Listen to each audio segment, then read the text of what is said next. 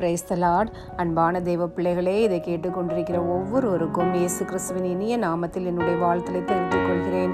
இன்றைய வேத வசனம் 1 யோவான் 2:17 உலகமும் அதன் இச்சையும் ஒளிந்து போம், தேவனுடைய சித்தத்தின்படி செய்கிறவனோ என்றென்றைக்கும் நிலைத்திருப்பான். அன்பான தேவ பிள்ளைகளை, இந்த வேத வார்த்தையின்படி உலகமும் அதன் இச்சையும் என்பது நம்ம உலகத்தில் உண்டானவைகள், அவைகள் தேவனால் உண்டானவைகள் அல்ல. அதாவது மாமிசத்தின் இச்சை, கண்களின் இச்சை, ஜீவனத்தின் பெருமை, இவைகள் எல்லாம் உலகத்தில் உள்ளவைகள். இவைகள் எல்லாம் ஒரு நாள் அழிந்து போகும். ஆனால் நாம் தேவனுடைய சித்தத்தின்படி நாம் செய்கிற ஒவ்வொரு காரியங்களும் அது என்றென்றைக்கும் நிலைத்திருக்கும் என்று ஆண்டவர் சொல்கிறார். ஆதலால் அன்பான தேவ பிள்ளைகளே, இந்த நாட்களிலும் நாம் பார்க்கிறோம். ஆதியாகமத்திலேயே நம் ஆதாம் ஏவாள் காரியங்கள் பார்க்கும்போது அவர்கள் எதன் மூலமாக அந்த இச்சையில் விழுந்து போகிறார்கள். அந்த கனியானது பார்வைக்கு இன்பமாய் இருந்தது என்று ஏவாள் சொல்லும்போது அவள் அந்த பாவத்திலே விழுந்து போகிறாள்.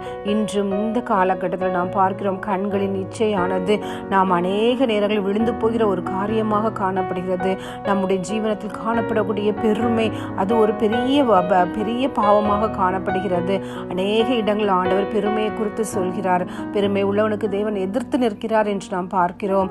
ஆதலால் அன்பான தேவ பிள்ளைகளை, வேத வசனமானது நமக்கு தெளிவாக சொல்கிறது. இந்த பிரபஞ்சத்திற்கு ஒத்த வேஷம் தெரியாமல் தேவனுடைய நன்மையும் பிரியமும் பரிபூர்ண சித்தம் இன்னதென்று பகுத்தறியத்தக்கதாக உங்கள் மனம் புதிதாகிறதினாலே மறுரூபம் ஆகுங்கள் என்று தெளிவாக ஆண்டவர் நம்மோடு பேசுகிறார். இந்த உலகத்திற்கு ஒத்த வேஷம் நாம் தெரியாமல் ஆண்டவருடைய சித்தத்திற்கு நாம் செவி கொடுத்து நாம் அதன்படி நாம் காத்துக்கொள்வோம். ஆனால் துரு இச்சைக்கு இடமான இந்த உடலை பேணாமல் இருந்து கர்த்தராகிய இயேசு கிறிஸ்துவை தரித்துக் கொள்ளுங்கள் என்று ஆண்டவர் சொல்கிறார். ஆதலால் இந்த உலகமும் உலகத்தின் நிச்சயம் ஒரு நாள் ஒளிந்து போம். ஆனால் தேவனுடைய சித்தத்தின்படி செய்கிறவனோ என்றென்றைக்கும் நிலைத்திருப்பான் என்று ஆண்டவர் நமக்கு மறுபடியுமாக நமக்கு உறுதி அளிக்கிறார். இன்றைய நாளிலும் நாம் ஒரு முடிவோடு நாம் ஆண்டவரே, நான் என்றென்றைக்கும் உம்முடைய சித்தத்தின்படி செய்ய என்னை வழி நடத்துங்கப்பான் என்று அவருடைய பாதத்தில் அர்ப்பணிப்போம். ஆண்டவர் நம்மை வழி நடத்துவாராக. ஆமேன்.